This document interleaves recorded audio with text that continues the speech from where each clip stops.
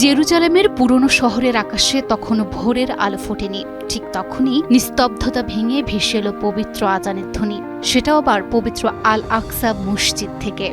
আর এই আজানের ধ্বনি যেন এক অন্যরকম প্রশান্তি নিয়ে এলো ফিলিস্তিনিদের হৃদয়ে।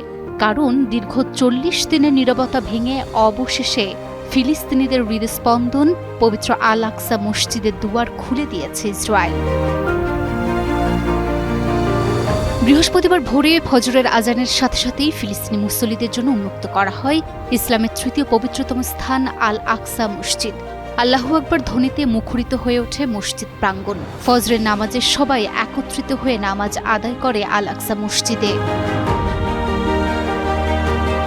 দীর্ঘ প্রতীক্ষার পর প্রিয় মসজিদে ফিরতে পেরে অনেকে সিজদায় লুটিয়ে পড়েন। একটু ভিডিওতে দেখা যায় আল আকসা মসজিদ খুলে যাওয়ায় ছুটে এসে আল আকসার প্রাঙ্গণে আল্লাহর প্রতি কৃতজ্ঞতা জানিয়ে সিজদায় লুটিয়ে পড়ে এক মুসল্লি।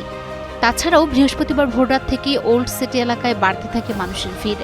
আল হারাম আল শরীফের প্রবেশ পথে তখন শত শত মানুষের ভিড়।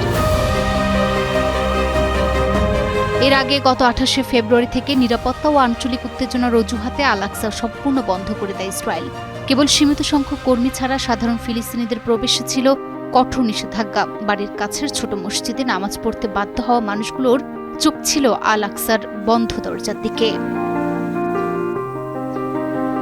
এরই মধ্যে গত ৬ এপ্রিল ইসরায়েলের কট্টরপন্থী নিরাপত্তা মন্ত্রী ইতামার বেন গভিরের উস্কানিমূলক সফর উত্তেজনা আরও বাড়িয়ে দিয়েছিল। তবে সব বাধা কাটিয়ে ৪০ দিন পর প্রথমবারের মতো অনুষ্ঠিত হল বড় জামাত, যেখানে অংশ নেন শত শত ধর্মপ্রাণ মুসল্লি।